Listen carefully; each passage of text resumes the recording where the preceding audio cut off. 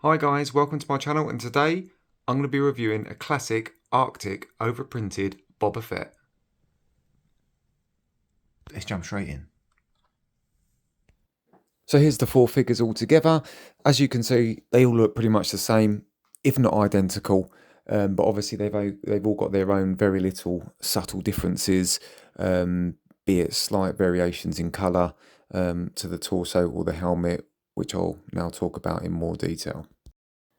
So here's the classic grey version of Boba Fett. SW number was 0002, released in 2000 and was in production for 3 years.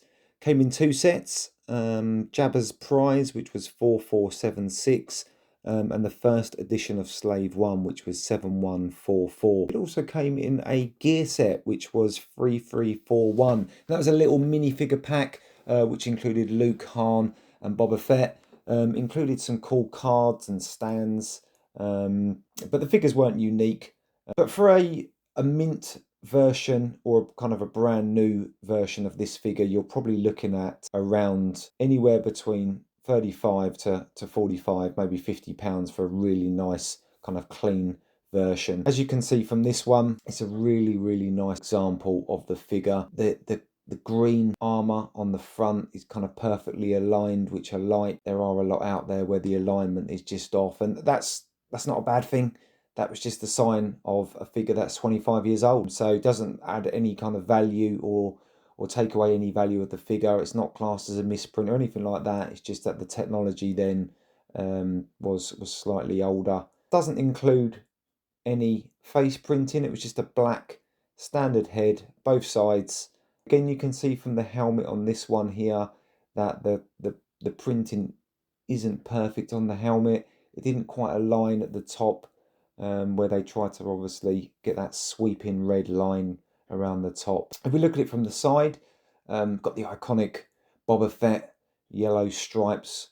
You can see that the jetpack and the helmet is one mold. Do you know what? I kind of like that. I like that about the figure. Again, it's a figure that's 25 years old. So just seeing that when it first come out, I think that's a really nice kind of look to the figure. It includes all the relevant details, but no arm printing, no leg printing. We all know that came later. And if you look inside the helmet, you'll notice no Lego printing, just the number 2. So if you do pick one up, make sure it's got that inside it to ensure it's authentic. The next figure is the bluish grey version of Boba Fett. Now this had an SW number of 0002a. That was when Bricklink gave letters to figure kind of variants, as it were, as opposed to individual numbers like they do now. And the difference with this one was nothing more than the colour. The one before being classic grey and this one being bluish grey. So if you put them together, it's hard to tell. I mean, you probably can't tell from the pictures, but one of them has just got that kind of older, kind of more kind of classic grey, whereas this one is the bluish grey, what we see today on all of our figures. So value-wise, no real difference. The classic grey is probably carries a slight premium, but marginal. Yeah, this bluish grey one, released in 2006, came in two sets, which was Jabba's Sail Barge 6210 and the Slave 1 second edition, which was 6209. Both of them had the loud hailer for an accessory.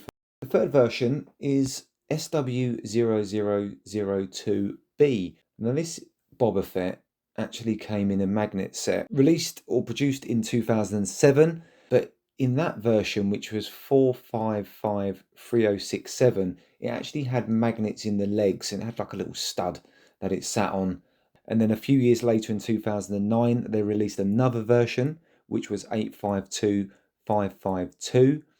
And that didn't have magnets in the legs. And then a few years after that, in 2011, they released it again in a magnet set, but I believe those ones were fixed. I don't think you could remove the torso from the actual set. I'm not quite sure why they've done that, but the main difference, the reason that this got another SW number was because you'll notice that the helmet has red stripes, but these are classed as dark red, which is it's odd because they're actually lighter than the other two versions, but everything else is exactly the same. And finally, the reason I wanted to make this video is because I finally found an Arctic overprinted Boba Fett, which has been something that I've been after for quite some time. They are probably, they're quite rare, but for a collector, I'm not really into misprints. It's not a variant. It hasn't got its own SW number. But for this one, being Boba Fett, I've been after one for quite some time, and I managed to find one on a Facebook community group that I'm on. You'd probably look to pay. I paid £60 for it, which I was more than happy with. It's a nice kind of very clean version. Now, it's very hard to tell from pictures, but if I just get it in a good light, you can see that the Arctic logo is printed underneath the green armor. It wasn't printed over a figure. Basically, the figure is from a 2000 Arctic set, Polar Explorer set, and it was done the same year in 2000 as the classic grey. So it's a classic grey colour, the same as the SW002 figure I showed you. But because of how Lego pad printed these figures, from what I've read, from what I understand, is that basically some ink residue, or whatever the terminology might be, was left on the pad, and then when they printed the Boba Fett pad printed figures, it basically left that Arctic logo on the pad, and therefore on a very, very few Boba Fett's, it got kind of printed and embedded onto that armor. So yeah, really happy with that. Great to have it in my collection. As I said, not massively into misprints. I do like variants, but it's not kind of a known variant. But yeah, love this, guys. Really excited to have this one in the collection. So anyway, keep your eye out for stuff like that, because sometimes you see people that are selling them on eBay.